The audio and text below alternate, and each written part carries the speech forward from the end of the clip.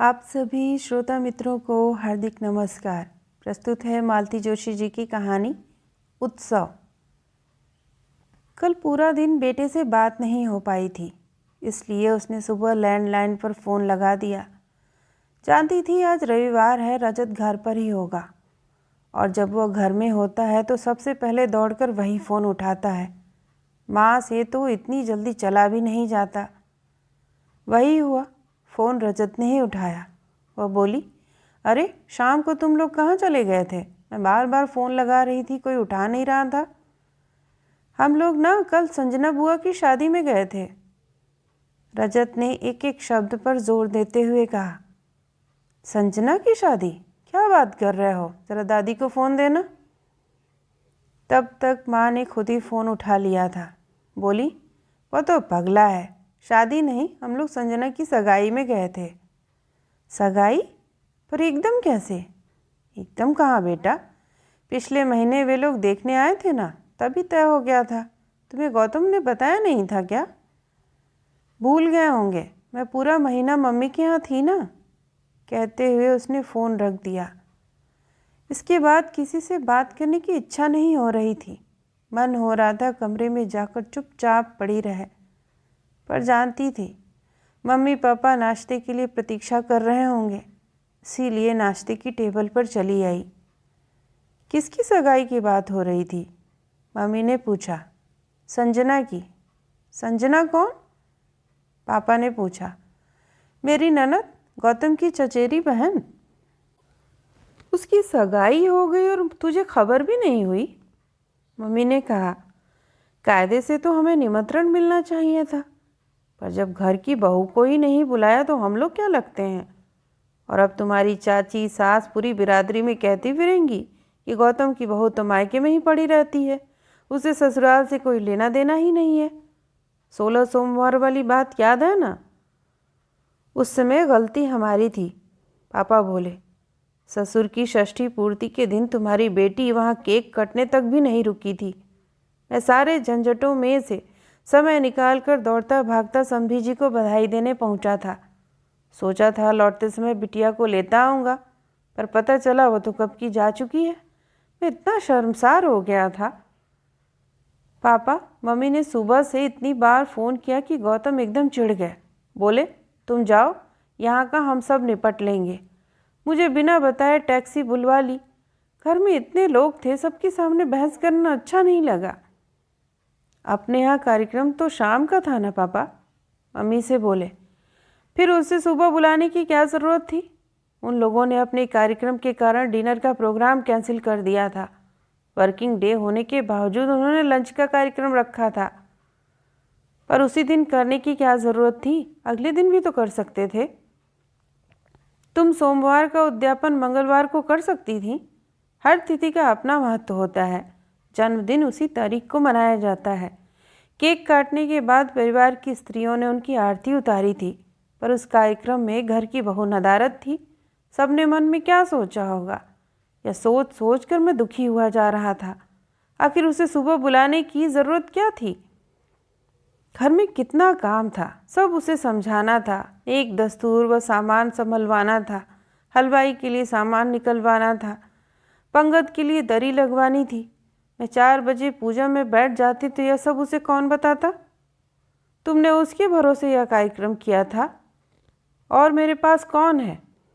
Mummy ने अपना Trump card निकाला। पिंकी वहाँ से उठ गई। वह जानती थी कि अब रोना धोना शुरू हो जाएगा। उसकी भावनाओं को इतनी ठेस पहुंची है, इसकी किसी को परवाह नहीं। मम्मी अपनी शिकायतों का पिटारा खोलकर बैठ जाएंगी। उस दिन गौतम खाना खाकर आए थे, इस बात को मम्मी ने अब तक क्षमा नहीं किया है। 16 सोमवार के उद्यापन में आने वाले भी दिन भर व्रत रखते हैं, पर गौतम का तर्क था, मेरे घर में फंक्शन था, मैं वहाँ से बिना खाए कैसे आता? मम्मी बोली, अच्छा हुआ मैंने 2 दिन एक्स्ट्रा जोड़े न्योत रखे थे, नहीं तो मेरा तो व्रत ही खंडित हो जाता। वैसे दामाद को खिलाने का पुण्य नहीं मिला तो नहीं ही मिला। पूरी दोपहर विचारों में खोई अपने कमरे में पड़ी रही। खाने का बुलावा आया तो मुंह बनाकर चली गई। मम्मी चिल्लाती रह गई। समझ में नहीं आ रहा था कि जो कुछ हुआ उससे वो दुखी हुई हैं या नाराज़ या दोनों। रह रहकर 5-6 दिन पहले वाली घटना याद आ रही थी। इसका परिणाम ऐसा होगा यह तो सोचा न था। वो अपने आप को कोस रही थी। उस दिन भैया भाभी यूएस के लिए रवाना होने वाले थे। सुबह सुबह पापा के पास गौतम का फ़ोन आया था। सब लोग एयरपोर्ट कैसे जाएंगे? पापा ने बताया कि एक गाड़ी है, एक कर लेंगे। तब गौतम ने कहा था कि चिंता न करें, मैं अपनी गाड़ी लेकर पहुंच रहा हूं। पापा तो एकदम गदगद हो गए थे। फिर गौतम का उसके पास फ़ोन आया था, अगर घर आने का मन है तो सामान तैयार रखना।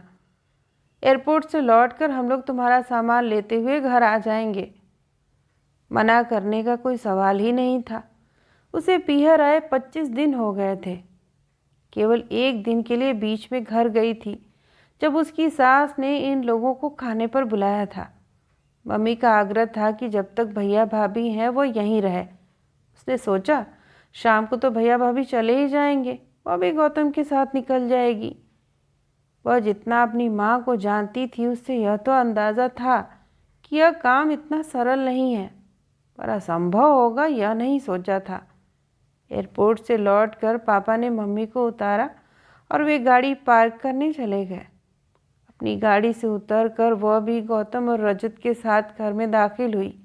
देखा, डाइनिंग टेबल पर सिर रखकर मम्मी फूट फूट कर रो रही हैं, और यह रोने का कार्यक्रम शायद रास्ते से ही शुरू हो गया था। वह कुछ क्षण मम्मी को देखती रही, फिर धीरे से अपना और रजत का बैग लेकर आ गई और सहमे स्वर में बोली, मम्मी मैं निकल रही हूँ। मम्मी ने सिर उठाया। उनकी गीली आंखों से जैसे अंगार बरसने लगे। अच्छा, तुमने भी मुहूर्त निकाल लिया। जाओ, सब लोग जाओ, अब कभी वापस मत आना। मेरे मरने की खबर मिले तब भी नहीं। फिर आकाश की ओर हाथ उठाकर कहा, भगवान ऐसी पत्थर दिल बेटी दुश्मन को भी नसीब ना हो। उसने असहाय भाव से पति की ओर देखा। वे यह नाटक देख रहे थे। उनकी आंखों में घोर वितृष्णा थी। रजत बैग उठाकर बोले, मैं इसे ले जाता हूँ, इसकी पढ़ाई बर्बाद हो रही है। तुम्हारी जब मर्जी हो आ जाना। दरवाजे पर ही पापा से भेंट हो गई। अरे आप चल दिए, चाय पीकर तो जाते। पापा ने कहा, पर वे रुके नहीं, बस सॉरी कहकर चल दिए। पापा ने भीतर आकर माहौल देखा तो समझ गए। ऐसे में गौतम रुककर भी क्या करते। रजत चला गया। पापा ने पूछा, हाँ, पढ़ाई का काफ़ी नुकसान हो रहा था पापा। अपना बच्चा क्लास में पीछे रह जाए अच्छा तो नहीं लगता ना। वैसे भी पलक और पुनीत के जाने के बाद वो यहाँ बोर ही होता। अपना सूटकेस उसने यत्नपूर्वक छिपा दिया था ताकि बाकी ड्रामे का पापा को पता न लगे। उस दिन के बाद पति पत्नी के बीच संवाद ही खत्म हो गया था। शायद संजना की सगाई के कारण ही वे उसे घर ले जाना चाहते थे, पर वह साथ नहीं गई तो उन्होंने या किसी ने भी उसे बुलाना या बताना ज़रूरी नहीं समझा। वह अपने आप को बहुत उपेक्षित महसूस कर रही थी। इस विसंवाद को किसी तरह समाप्त करना होगा। इसके लिए उसे ही पहल करनी पड़े तो कोई बात नहीं। इस छोटी सी बात को प्रतिष्ठा का मुद्दा बनाना ठीक नहीं। शाम को उसने गौतम को फ़ोन लगाया। कहना चाहती थी कि कल ऑफिस से लौटते वक्त मुझे लेते जाइए, पर फ़ोन उठाते ही उन्होंने बड़े सपाट स्वर में कहा, बोलो। कोई आवेश, कोई ऊष्मा नहीं। ऐसे में कोई क्या कहे। प्रियंका जी, फ़ोन पर हो ना, तो जल्दी बोलो क्या बात है, यहाँ ढेर सारा काम पड़ा है। कैसा काम? संजना के ससुराल वाले डिनर पर आ रहे हैं, ज़रा हॉल ठीक करना है, टेबल सजाना है। उसे धक्का सा लगा, फिर भी उसने कहा, और खाना? माँ अकेले सब कर रही हैं? नहीं, विमला मौसी को शाम को ही बुला लिया है, फिर चाची भी रहेंगी ही। वे लोग भी आ रहे हैं? अब उनके समधी जी को आमंत्रित किया है तो उन लोगों को छोड़ देंगे क्या? चलिए, चाची जी को एक और शिगुफा मिल जाएगा। क्या? कुछ नहीं। और उसने फ़ोन रख दिया। उसे बेहद बुरा लग रहा था। संजना के ससुराल वाले खाने पर आ रहे थे तो उसे खबर तो कर सकते थे। सारा अभिमान छोड़कर वह खुद पहुंच जाती। जब सगाई जैसे महत्वपूर्ण आयोजन में उसे बुलाना ज़रूरी नहीं समझा गया तो डिनर तो बहुत मामूली चीज़ है। वह पति को क्षमा करने को तत्पर थी, पर अब उसका मन फिर से धधक उठा था। सुबह नहाकर निकली ही थी कि फ़ोन बज उठा। संजना का था। हेलो भाभी, बस बात मत करो मुझसे। चुपके चुपके सगाई कर ली तब भाभी की याद नहीं आई? कसम से भाभी, आपकी इतनी याद आई थी कि मैं बता नहीं सकती। मैंने तो कह दिया था कि मैं पार्लर वाला नहीं जाऊंगी, मुझे भाभी ही तैयार करेंगी। पर फिर भैया ने बताया कि आंटी बहुत सीरियस चल रही हैं, आप नहीं आ पाओगी। कल भी आपसे मुलाकात नहीं हो पाई थी, इसलिए सुबह सुबह ही फ़ोन लगा लिया। आंटी कैसी हैं आप? क्या हो गया था? क्षण भर को वह स्तब्ध रह गई थी, पर फिर उसने अपने आप को संभाल लिया। अरे होना क्या था, भैया भाभी महीने भर यहाँ थे ना तो लगी रहीं। उम्र का ख्याल किया ना अपनी तबीयत का, बस जुटी रहीं। अब जब वे लोग चले गए हैं तो पड़ गई हैं, शरीर से मन से टूट गई हैं। इस बार भैया पूरे 5 साल बाद आए थे। अगली बार पता नहीं कब आएंगे, मेरे जीते जी आएंगे भी कि नहीं, यही सोचकर हलकान हुई जा रही हैं।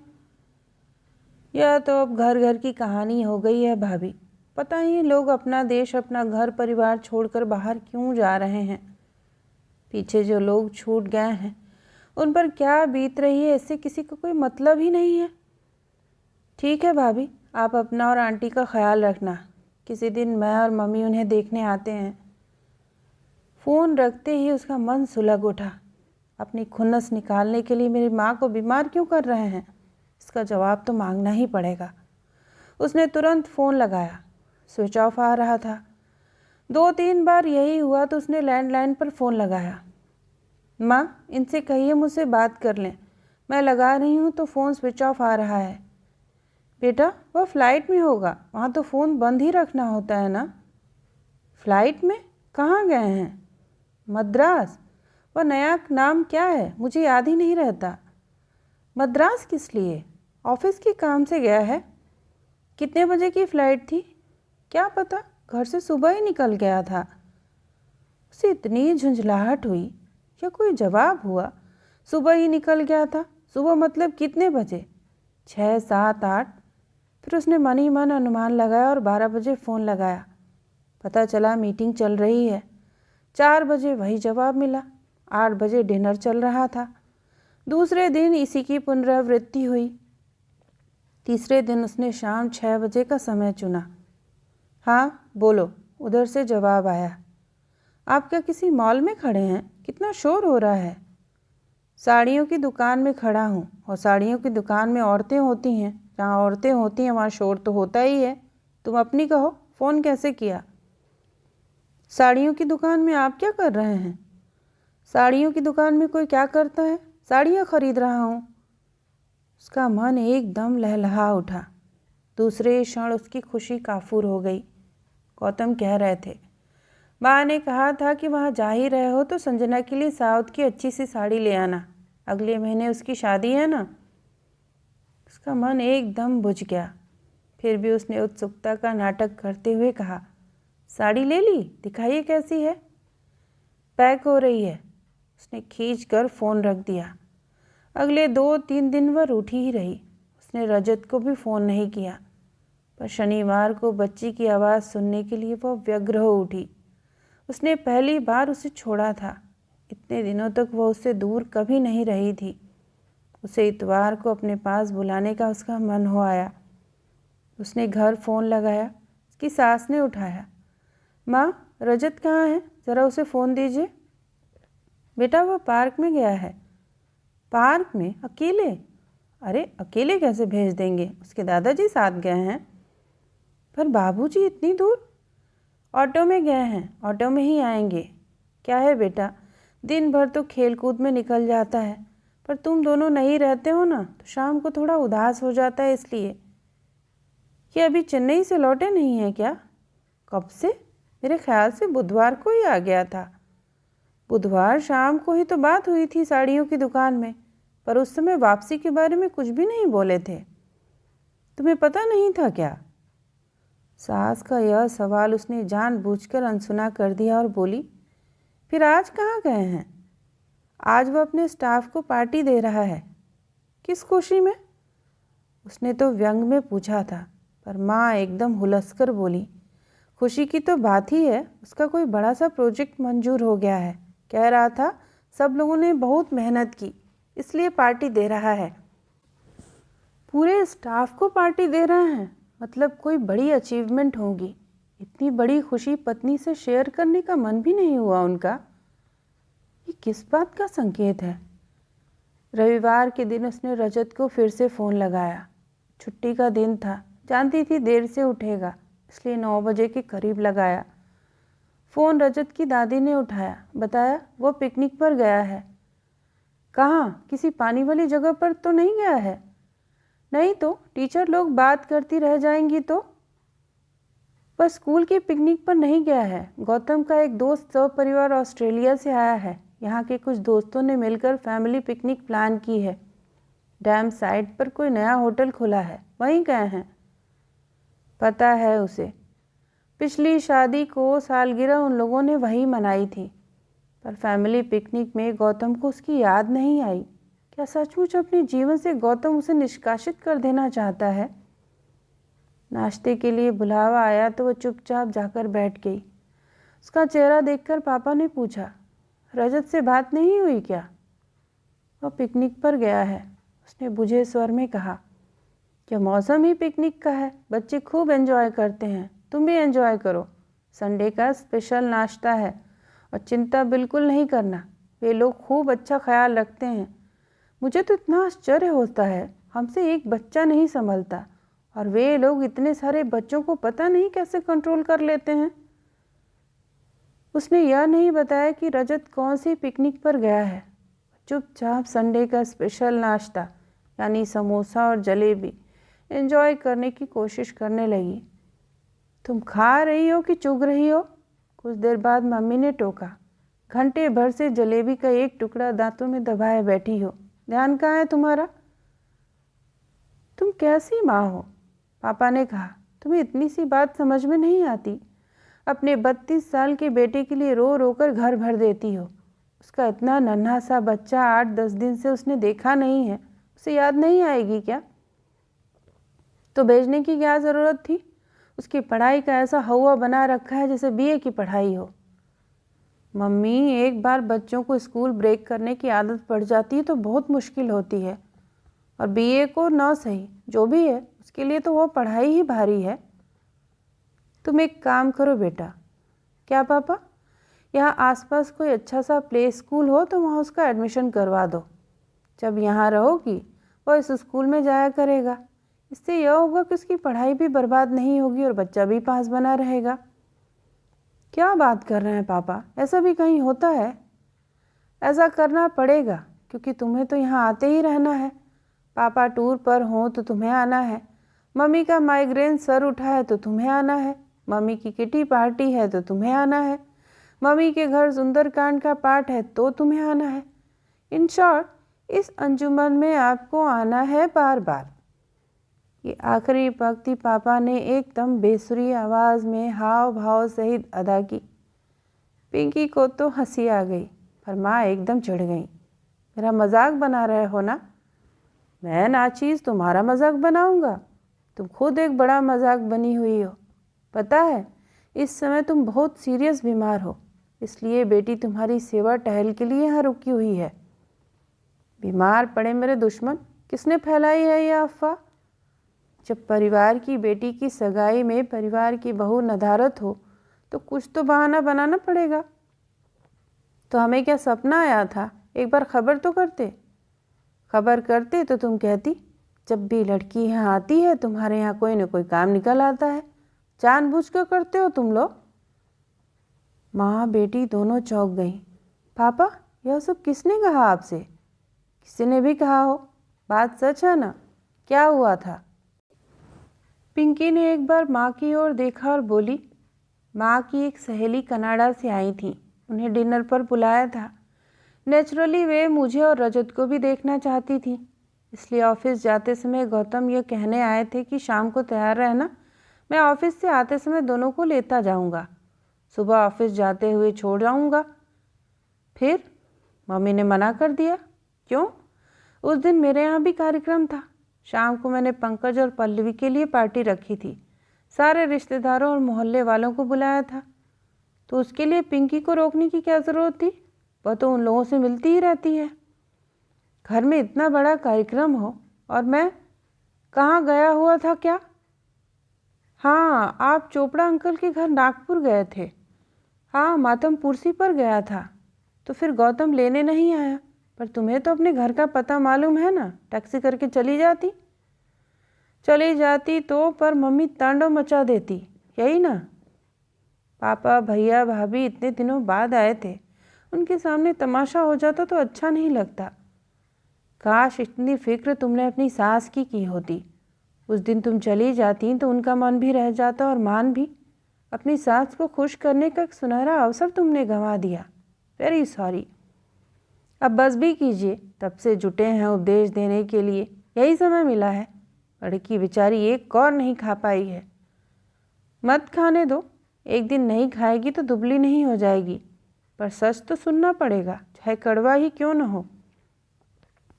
पिंकी, 3 बजे मम्मी ने आवाज़ दी। बेटा ज़रा चाय तो बना दे, तब तक मैं तैयार हो जाती हूँ। इतनी दोपहर में कहाँ जा रही हो? शुक्ला जी के यहाँ सुंदरकांड है, तू भी चल, मन शांत हो जाएगा। मेरी चिंता मत करो, मैं बिल्कुल शांत हूँ। पर इतवार को सुंदरकांड कौन रखता है? मिसेस शुक्ला जॉब में है ना, उन्हें शनिवार की भी छुट्टी नहीं होती। अच्छा तो है, इसी बहाने घर में रहने वाले पतियों को थोड़ी शांति मिल जाती है। पापा की इस बात पर मम्मी पलटवार करती। इससे पहले ही उसने कहा, अब बहसबाजी में मत पड़ो और तैयार हो जाओ। भगवान की चर्चा में जा रही हो तो शांत मन से जाओ, मैं चाय बना रही हूँ। मम्मी के जाने के बाद उसने पापा को आवाज़ दी। सॉरी पापा, मैंने आपकी चाय भी बना दी है, आ जाइए। इतनी जल्दी? पापा ने बाहर आते हुए कहा। दरअसल मुझे आपसे कुछ ज़रूरी बात कहनी है। हनुमान जी ने मेरी प्रार्थना सुन ली है और कम से कम 2 घंटे के लिए मम्मी को बाहर भेज दिया है, इसलिए प्लीज़ बैठ जाइए। बोलो, पापा ने अपना चाय का कप उठाते हुए कहा। पापा, सुबह मैं उदास ज़रूर थी पर रजत के लिए नहीं, तो मज़े में है। मैं घर में नहीं होती हूँ तो उसके खूब लाड़ होते हैं और मुझे याद भी नहीं करता। वह चुप हो गई। पापा उसके अगले वाक्य की प्रतीक्षा करने लगे। पापा, इन दिनों मुझे ऐसा लगने लगा है कि मैं इस घर के लिए, उन लोगों के लिए गैर ज़रूरी हो गई हूँ। मतलब? देखिए, संजना की सगाई हुई, मुझे खबर भी नहीं की गई। अगले दिन उसके ससुराल वाले डिनर पर थे, मुझे बताया नहीं गया। गौतम चेन्नई गए थे, मुझे माँ से पता लगा। वे कब लौटे यह भी मुझे मालूम नहीं। कल रात उन्होंने अपने स्टाफ को एक बड़ी पार्टी दी। उनका कोई बड़ा प्रोजेक्ट पास हो गया था, पर उस खुशी में उन्होंने मुझे शामिल नहीं किया। और आज तो हद ही हो गई। आज क्या हुआ? पापा, रजत स्कूल की पिकनिक पर नहीं गया है। इनके एक NRI मित्र सह परिवार शहर में अपने घर आए हुए हैं, तो दोस्तों ने मिलकर आज एक फैमिली पिकनिक का आयोजन किया है। इन्होंने उसमें भी मेरा रहना ज़रूरी नहीं समझा। कहते कहते रो पड़ी वह। पापा कुछ क्षण चुप रहे, फिर बोले, बेटा तुम्हारी शादी के कितने साल हो गए हैं? 6। क्या इतने सालों में तुमने घर में अपने लिए क्या जगह बनाई है? मैं समझी नहीं पापा। बेटा, तुम घर से 2 दिन के लिए, 4 दिन के लिए, 10 दिन के लिए, अब तो महीने भर से बाहर हो, पर इससे घर वालों को कोई फ़र्क नहीं पड़ता। किसी को तुम्हारी कमी नहीं अखरती। तुम्हारे बिना कोई काम नहीं रुकता। तुम्हें कोई भी, यहाँ तक कि तुम्हारा बेटा भी याद नहीं करता। इसका मतलब यही है कि बहुत पहले से घर के लिए, उन लोगों के लिए गैर ज़रूरी हो गई हो तुम। बस इसका एहसास तुम्हें अब हुआ है। पिंकी फटी फटी आंखों से पापा को देखती रह गई। बेटा, गृहिणी वह होती है जो अगर एक दिन भी घर में न रहे तो हाहाकार मच जाता है। तुम्हें याद है, पिछले साल जब गौतम की नानी माँ नहीं रही थी और तुम्हारी सास 10-12 दिनों के लिए गांव चली गई थी, तब घर में कैसी अफरा तफरी मची थी। याद मत दिलाइए पापा, मैं तो उन दिनों एकदम पगला गई थी। उस समय के कुछ किस्से तुमने ही मुझे सुनाए थे। तुम्हें यह भी पता नहीं था कि रोज़ घर में कितना दूध लिया जाता है, धोबी के कपड़े किस में दर्ज किए जाते हैं, या यह भी तुम्हें मालूम नहीं था हर पूर्णमासी को पंडित जी के यहाँ सीधा जाता है, यह भी तुम्हें ससुर जी ने याद दिलाया था। और एक दिन घर में आटा ख़त्म हो गया था तो तुम्हें यही पता नहीं था कि आटा घर में रेडीमेड आता है कि गेहूँ पिसवाया जाता है। तुम्हारी कुक ने, विमला मौसी ने, स्टोर रूम से गेहूँ निकाल कर दिए थे और शाम को अपने बेटे को पिसवाने के लिए भेज दिया था। शादी के 5 साल बाद भी घर के बारे में तुम्हें इतनी कम जानकारी थी। यह गर्व करने की बात है कि शर्म करने की, तुम ही सोचो। वह दिन भर माँ ही लगी रहती है तो और क्या करेगी बेचारी, कोई हाथ बटाने वाला तो हो। तुमने कभी कहा कि सुबह का नाश्ता मैं बनाऊंगी कि शाम का खाना मुझ पर छोड़ दीजिए, और तुमने कह भी दिया तो वे भरोसा कैसे करेंगी। आधे दिन तो तुम घर से गायब रहती हो, वे गांव से लौटी नहीं कि तुम यहाँ चली आई। अच्छा लगता है। मम्मी मातम पुरसी पर आई थी तो बोली बहुत थक गई हो, 4 दिन चलकर आराम कर लो। तुम मना तो कर सकती थी, कह सकती थी कि मेरा अभी आना मुमकिन नहीं है। माँ इतने दुख भरे वातावरण से आई हैं, मैं उन्हें अकेला नहीं छोड़ सकती। तुमने इस घर की समस्याओं को कभी प्राथमिकता ही नहीं दी। कभी नहीं कहा कि माँ के नवरात्र का उपवास चल रहा है, मेरे घर में रहना चाहती हो। घर में पुताई चल रही है, मैं घर को छोड़कर नहीं आ सकती। बाबूजी के दोस्त खाने पर आ रहे हैं, मुझे माँ का हाथ बटाना होगा। तुमने इस तरह कभी सोचा ही नहीं। बस मम्मी का फ़ोन आया और तुम दौड़ी चली आई हो। मम्मी फ़ोन पर रोने लगती हैं तो फिर वे तुम्हारी कमज़ोरी समझ गई हैं, इसलिए तुम्हारा इमोशनल ब्लैकमेलिंग करती हैं। एक आध बार उन्हें नेगलेक्ट करो, कोल्ड शोल्डर 2 बार समझ जाएंगी। एक और बात, पंकज आया था, भाई बहन साथ रह ले इस विचार से तुम्हें बुला लिया था, पर अब पंकज को गए भी 10-12 दिन हो गए हैं। यह मत समझो तुम्हारा यहाँ रहना मुझे बुरा लगता है, बहुत अच्छा लगता है, तुम रहती हो, दिन शांति से कट जाता है। पर बेटा मुझे बहुत गिल्टी फील होती है, एक अपराध बोध होता है, लगता है सामने वालों के सौजन्य का हम गलत फ़ायदा उठा रहे हैं। पापा मैंने आपको बताया नहीं था, पर भैया गए हैं, उस दिन एक कांड हो गया। कांड? कैसा कांड?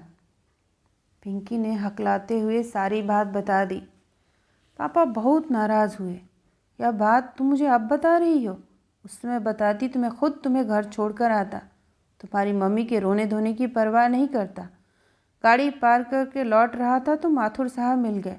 5-6 मिनट उनसे बात करता रहा। लौटा तो गौतम रजत के साथ दरवाजे पर मिल गए।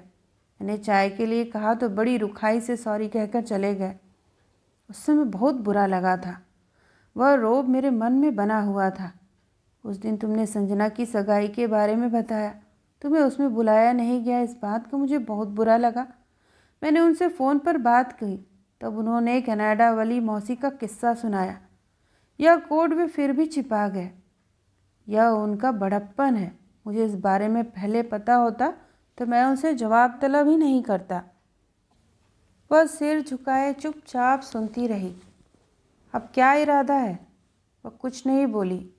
घर जाना चाहती हो ना?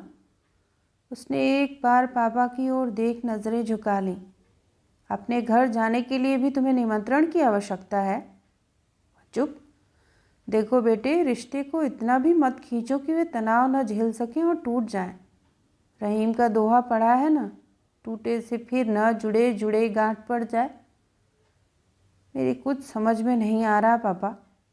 तो मेरी समझ से काम लो, अपना बैग तैयार कर लो। कल ऑफिस जाते हुए मैं तुम्हें छोड़ते हुए चला जाऊंगा। लेकिन एक बात का ख्याल रखना, तुम्हारी मम्मी को इस बात की हवा न लगने पाए, नहीं तो वह नौटंकी शुरू कर देंगी और तुम्हारे पाँव रुक जाएंगे। जी। एक बात और, मन को एकदम धो पोंछ कर ले जाना। कोई गिले शिकवे नहीं, कोई ताने उलाहने नहीं, क्योंकि अगर बहस पर उतर आओगी तो उनके पास भी कहने के लिए बहुत कुछ है और तुमसे ज़्यादा ही है। तो फिर डन, सुबह तैयार रहना। सुबह 8 बजे से पापा ने हल्ला मचाना शुरू कर दिया। नाश्ता लगा दो भाई, मुझे आज जल्दी जाना है। इतनी जल्दी? हाँ, घर में ब्रेड होगी ना, वहीं सेक दो। पिंकी कम ऑन, देर हो रही है। पिंकी आकर पापा के सामने बैठ गई। ये सुबह सुबह तैयार होकर कहाँ जा रही है? अपने घर जा रही है और क्या। तुम्हें क्या लगा वो हमेशा तुम्हारा यहाँ रहने आई है? वो रहना चाहेगी तो मैं उसे रहने नहीं दूंगा। अपने घर जाए, शौक से जाए, पर इतनी जल्दी क्या है? मम्मी ने प्लेट लगाते हुए कहा। मैं ऑफिस जाते हुए इसे घर छोड़ता जाऊंगा, इसलिए जल्दी निकल रहा हूँ। पर अभी मेरा नहाना धोना भी नहीं हुआ है। तुम्हारे नहाने का और हमारे जाने का क्या संबंध है? हद करती हो। बसंती आएगी तो दरवाज़ा कौन खोलेगा? बसंती के आने के बाद नहा लेना। पूरा घर उसके भरोसे छोड़कर बाथरूम में घुस जाऊं तो उसके जाने के बाद नहा लेना। पूरा दिन तुम्हारे पास है, दिन भर नहाती रहना। पिंकी चलो, देर हो रही है, इस बहस का कोई अंत नहीं है। बाय मम्मा, पिंकी ने कहा और बैग उठाकर चल दी। मम्मी फटी फटी आंखों से उसे देखती रही। अगर वह गले लगती तो उनका रो पड़ना निश्चित था, इसलिए पिंकी ने दूर से ही टाटा कर लिया। गाड़ी में बैठने के बाद पिंकी ने कहा, पापा मुझे मम्मी की बहुत चिंता हो रही है, उन्हें काउंसलिंग की सख्त ज़रूरत है। भैया यहाँ नहीं है, इसलिए वो बहुत इनसिक्योर फील कर रही हैं, इसीलिए मुझे पकड़े रहना चाहती हैं। तुम्हें क्या लगता है पंकज यहाँ होता तो स्थितियाँ दूसरी होती? बताओ, कौन सी बहू इतनी पॉजिटिव सास को बर्दाश्त कर सकती है? पल्लवी का भी वही हाल होता जो आज गौतम का हो रहा है। फिर या तो वे लोग अलग हो जाते या बाहर हैं, यही अच्छा है। कम से कम भ्रम तो बना रहता है। ससुराल वाले घर के सामने गाड़ी रोकते हुए पापा बोले, बेटी मेरी बात याद है ना? कोई बहसबाजी नहीं, कोई शिकवा शिकायत नहीं, एकदम ठंडे मन से घर में प्रवेश करो। दरवाज़ा उसकी सास ने ही खोला। अरे भाई साहब, आप आइए आइए, देखिए जी कौन आया है। उन्होंने पति का ध्यान खींचा। आपको आपकी अमानत सौंपने आया हूँ। पापा ने दोनों को प्रणाम करते हुए कहा। अच्छा किया, इसी बहाने आप आए तो आए, बैठिए ना। नहीं भाभी जी, मैं ऑफिस जाऊँगा। चाय पीकर चले जाइएगा, मैं ऐसे नहीं जाने दूँगी। ठीक है, आपकी आज्ञा टाली भी तो नहीं जा सकती, पापा ने कहा। और जब पिंकी सास ससुर के पैर छूकर खड़ी हुई तो बोले, जाओ बेटा जल्दी से चाय बना कर ले आओ। अरे वह क्यों बनाएगी, अभी तो आई है। तो कौन सा पैदल चलकर आई है? पिंकी बेटा फटाफट बना कर ले आओ, नहीं तो मैं लेट हो जाऊंगा। पिंकी चाय बनाने चली गई। वे तीनों बैठ गए। बहन जी कैसी हैं? पिंकी की सास ने पूछा। वैसी ही हैं और वैसी ही रहेंगी, यह असाध्य रोग है, ठीक नहीं होगा। अरे ऐसा क्या? जब तक वे इस सत्य को स्वीकार नहीं कर लेती कि बेटा विदेश में बस गया है, लौटेगा नहीं, तब तक वे ठीक नहीं होंगी। इस सत्य को स्वीकारना इतना आसान नहीं है। वही तो, अगले साल रिटायर हो रहा हूँ, तब उन्हें घुमा लाऊंगा, बेटे की गृहस्थी दिखा दूंगा। आप भी अपना ग्रीन कार्ड बनवा लीजिए, समधी बोले। अरे नहीं भाई साहब, 2-4 महीने घूमने जाना ठीक है, मैं अपना देश छोड़कर हमेशा के लिए वहाँ नहीं रह सकता। पिंकी की माँ चाहेगी तो उन्हें छोड़ आऊँगा, फिर उनके रोज के व्रत अनुपालनों से घबराकर बहू खुद उन्हें यहाँ छोड़ आएगी। तभी अपना ब्रीफकेस लेकर गौतम नीचे उतरे। अरे पापा जी, आप कब आए? प्रियंका को छोड़ने आए हैं, माँ ने बताया। तो आपने क्यों तकलीफ़ की? मुझे बता देते, मैं ले आता, आपको तो उल्टा पड़ा होगा।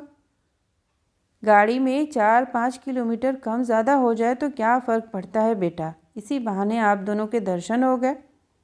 उन्होंने समधी समधिन को हाथ जोड़ते हुए कहा। उसी समय पिंकी चाय लेकर आई। बेटा आओ, गौतम जी का नाश्ता लगा दो, टिफ़िन तैयार कर दो, चाय पीकर मैं निकल जाऊंगा। पिंकी समझ गई, पापा उसे संकेत दे रहे हैं कि उसे किस तरह अपने को घर में व्यस्त करना है, स्थापित होना है। वैसे तो गौतम का नाश्ता भी तैयार था और टिफ़िन भी। आओ बेटा नाश्ता कर लें। गौतम और पापा के निकल जाने के बाद माँ ने कहा, मैं घर से करके चली थी। उसने प्लेटें लगाते हुए विनम्रता से कहा, थोड़ा सा हमारे साथ भी कर लो। मुझे मालूम है घर से चलते समय कुछ खाया नहीं जाता, बस मुंह जुठारना होता है। माँ ठीक कह रही थी। उससे सचमुच घर पर कुछ खाया नहीं गया था, पर उसका कारण था मम्मी पापा की जुगलबंदी। वो और पापा दोनों ही बस मुंह जुठार कर ही उठे थे। माँ ने जैसे उसके मन को पढ़ते हुए कहा, मैं गौतम के साथ भाई साहब का भी नाश्ता लगा रही थी, पर वे जल्दी में थे। चाय के लिए ही बड़ी मुश्किल से राज़ी हुए। यहाँ से ऑफिस बहुत दूर पड़ता है ना, करीब करीब दुगना अंतर हो जाता है। कहते हुए याद आया, जल्दी के कारण आज पापा का टिफ़िन भी नहीं बन पाया था। बेचारे पापा, आज कैंटीन के खाने पर ही उन्हें गुजारा करना पड़ेगा। शाम को भी मम्मी का मूड कैसा रहेगा पता नहीं। कैंटीन में कम से कम शांति से खा तो सकेंगे। 12 बजे रजत स्कूल से लौटा और उसे देखते ही खुशी से छलक पड़ा और दौड़कर उससे लिपट गया। थोड़ी देर बाद ही उसकी रुलाई फूट पड़ी और हिचकियाँ ले लेकर रोने लगा। बहुत याद करता तो तुम्हें, पर हमने जानबूझकर नहीं बताया। तुम्हारा मन बढ़ जाता और फिर तुम मम्मी की देखभाल ठीक से नहीं कर पाती। तो मम्मी की बीमारी का सचमुच एक हौवा खड़ा कर दिया गया है घर वालों के लिए। खाना खाने के बाद वो रजत को लेकर कमरे में आ गई। पूरी दोपहर रजत उससे चिपट कर सोता रहा। उसने माँ को करवट भी नहीं लेने दी, जैसे उसे डर हो गया कि वह उसे छोड़कर चली जाएगी। उसका मन भी वात्सल्य से ऊब डूब हो रहा था। सोच रही थी कि उसे छोड़कर वो इतने दिन कैसे रह पाई। क्या उसका अभिमान ममता पर भारी पड़ गया था? 4 बजे उसने रजत के हाथ मुंह धुलवा कर कपड़े बदले और नीचे ले आई। उसका दूध गर्म करते करते उसने चाय का पानी भी चढ़ा दिया। दूध पीकर रजत पड़ोस में खेलने चला गया। उसने माँ बाबूजी को चाय दी तो माँ बोली, बेटा जाओ, चाय पीकर तुम भी फ्रेश हो जाओ, थकी थकी सी लग रही हो। वह समझ गई, माँ चाहती हैं कि गौतम के आने से पहले वह तैयार हो जाए। कमरे में जाकर उसने बाल संवारे, मुंह हाथ धोया और कपड़े बदलकर प्रतीक्षा करती रही। कोई 6 बजे गौतम ऑफिस से लौटे। एक क्षण को दरवाजे पर खड़े होकर उसे देखते रहे, फिर बोले, वो आए हमारे घर पर, खुदा की रहमत। कभी हम उनको देखते हैं, कभी घर को देखते हैं। वह एकदम फट पड़ी। क्या मतलब? घर सिर्फ आपका है, मेरा नहीं? क्या औरत है यार, इतने खूबसूरत शेर का कचरा कर दिया। सॉरी, उसने सर झुकाकर कहा। पापा ने कितनी कितनी समझाइश दी थी। कोई ताना उलाहना नहीं, कोई गिला शिकवा नहीं, क्योंकि अगर तुम बोलोगी तो उनके पास भी कहने के लिए बहुत कुछ है। दरअसल वह सुबह से तनाव में थी, गौतम का सामना करने से कतरा रही थी, और जब इस शेर के साथ सामना हुआ तो बांध टूट गया। गौतम उसके सामने आकर खड़े होकर बोले, तुमने अभी पूछा कि क्या यह तुम्हारा घर नहीं है? तो जवाब यह है कि हाँ, यह तुम्हारा घर नहीं है, हॉस्टल है। हॉस्टल जहाँ बच्चे मजबूरी में रहते हैं और हर पल छुट्टियों की प्रतीक्षा करते रहते हैं। छुट्टियाँ लगते ही घर भागते हैं और फिर जब छुट्टियाँ ख़त्म होती हैं तब बेमन से लौटते हैं। उनके माता पिता उन्हें ज़बरदस्ती छोड़ जाते हैं, जैसे आज तुम्हारे पापा जी छोड़ गए हैं। उसका चीखने का मन हुआ कि पापा मुझे गोद में बिठाकर नहीं लाए थे। मैं अपनी मर्ज़ी से अपने पैरों से चलकर आई हूँ। पर उसने मुश्किल तमाम अपने पर काबू किया। एक गलती वह कर चुकी थी, दूसरी करना नहीं चाहती थी। तभी नीचे से आवाज़ आई। गौतम ने कहा, शायद माँ बुला रही हैं, उनसे कहो बस फ्रेश होकर आ रही हूँ। वह कमरे से बाहर आई तो देखा, सीढ़ियों के बीच में जो चौरस जगह होती है वहाँ माँ ट्रे लेकर खड़ी हैं। अरे आपने क्यों तकलीफ़ की? ये फ्रेश होकर बस नीचे ही आ रहे थे। नीचे क्यों आएगा? उसे आराम करने दो, ट्रे ले जा सकोगी ना? जी, उसने कहा और ट्रे लेकर सधे कदमों से ऊपर आ गई। गौतम ने वॉशरूम से लौटकर चाय का ट्रे देखा तो बोला, अरे मैं तो नीचे आ रहा था ना। माँ आधे रास्ते ले आई थी। माँ ने सोचा होगा दोनों अरसे बाद मिले हैं, थोड़ा प्रेमालाप होने दो, उन्हें क्या मालूम यहाँ राग झिझोटी चल रहा है। चाय ले लीजिए, ठंडी हो रही है। उसने जानबूझकर उनकी बात को अनसुनी करते हुए कहा, तुम नहीं लोगी? थोड़ी सी ले लेती हूँ, वैसे 4 बजे बाबूजी के लिए बनाई थी तब ली थी। मेरे भी ऑफिस में बहुत हो जाती है, फिर भी घर आकर चाय पीने का मन करता है। कुछ क्षण मौन में कटे। फिर गौतम ने पूछा, तुमने अपना सूटकेस अनपैक नहीं किया? क्या इरादा है? मन हुआ कह दूं, यह तो आप पर निर्भर है। उसने मन को शांत किया और कहा, समय ही नहीं मिला। पूरी दोपहर रजत मुझसे चिपका रहा, 1 मिनट भी नहीं छोड़ा। उसने मुझे बहुत मिस किया ना। औरों ने भी किया, बहुत न सही थोड़ा तो किया। और लोग बताएंगे थोड़े ही, इसमें उनकी हेठी होती है ना। बच्चा बेचारा सहज भाव से अपनी बात कह गया। मन की बात कह देने से कोई छोटा नहीं हो जाता, पर मन की बात कहने के लिए हिम्मत चाहिए। मैंने वह हिम्मत जुटाई और पापा से कहा कि अब मुझे अपने घर जाना है, क्योंकि जानती थी कि पापा तो कभी नहीं कहेंगे कि बहुत हुआ, अब अपने घर जाओ। माताराम मान गई। उन्हें हवा ही नहीं लगने दी। बस चलते समय डांटा किया, तब उन्हें पता चला। और आज मैंने दिन भर अपना फ़ोन भी स्विच ऑफ करके रखा हुआ है। ब्रावो, तुम्हारी बहादुरी की तो दाद देनी पड़ेगी। इसके लिए इनाम तो बनता ही है। आँख बंद करो। क्यों? कहा ना आँख बंद करो। कुछ ऐसी वैसी हरकत मत करना, रजत भी आने वाला है। आँखें बंद करो। इस बार उनकी आवाज़ में सख्ती थी। उसने आंखें बंद कर ली और धड़कते दिल से प्रतीक्षा करने लगी। कुछ ही पलों में उसने अपने आसपास एक रेशमी सरसराहट अनुभव की। कुछ ही पलों में उस सरसराहट ने उसे घेर लिया। उसने आंख खोलकर देखा, एक रेशमी साड़ी में गौतम ने उसे कुर्सी पर समेत लपेट दिया था। मोरपंखी रंग की साड़ी थी, गहरे नीले रंग की जरी बॉर्डर थी। हाय, कितनी प्यारी साड़ी है। पसंद आई? कब खरीदी? उसी दिन जब साड़ी की दुकान से बात हुई थी। पर आपने तो सिर्फ रंजना की साड़ी के बारे में बताया था। यह हमारा सरप्राइज आइटम था। से याद आया कि उस दिन वह एक ही पल में कितनी खुश और कितनी निराश हो गई थी। अपने ऊपर शर्म आई उसे। इतने सालों में भी वह पति को पहचान नहीं पाई है। उस दिन एयरपोर्ट से लौटने के बाद नाराज़ होकर गए थे, पर उसके लिए साड़ी लाना नहीं भूले। साड़ी तय कर उसने कुर्सी पर रखी और पति की छाती में मुंह छिपाकर कहा, आपने ठीक कहा था, ये मेरा घर नहीं हॉस्टल है। पर बेमन से ही सही, मैं बार बार यहाँ क्यों लौट आती हूँ जानते हो? बताओ। मुझे रूममेट बहुत अच्छा मिला हुआ है। वाह, let us celebrate this precious moment. और फिर सेलिब्रेशन। ज़िंदगी एक बार फिर उत्सव बनने जा रही थी। तो यह थी मालती जोशी जी की कहानी उत्सव। सुनने के लिए आप सभी का धन्यवाद।